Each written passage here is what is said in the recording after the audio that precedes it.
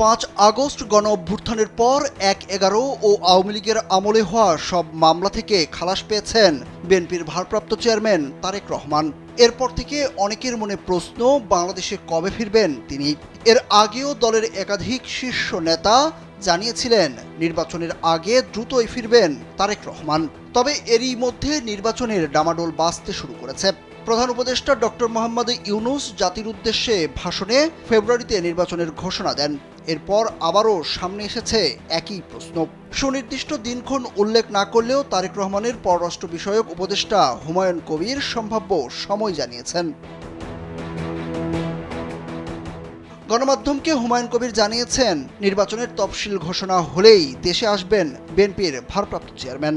জানা গেছে, আগামী নির্বাচনে একাধিক আসনে ভোটে দাঁড়াবেন তারেক রহমান বলে ইঙ্গিত দিয়েছেন হুমায়ুন কবির। আর নির্বাচনে জয়ী হলে প্রথমবারের মতো সংসদে পা রাখবেন জিয়াপুত্র তারেক রহমান।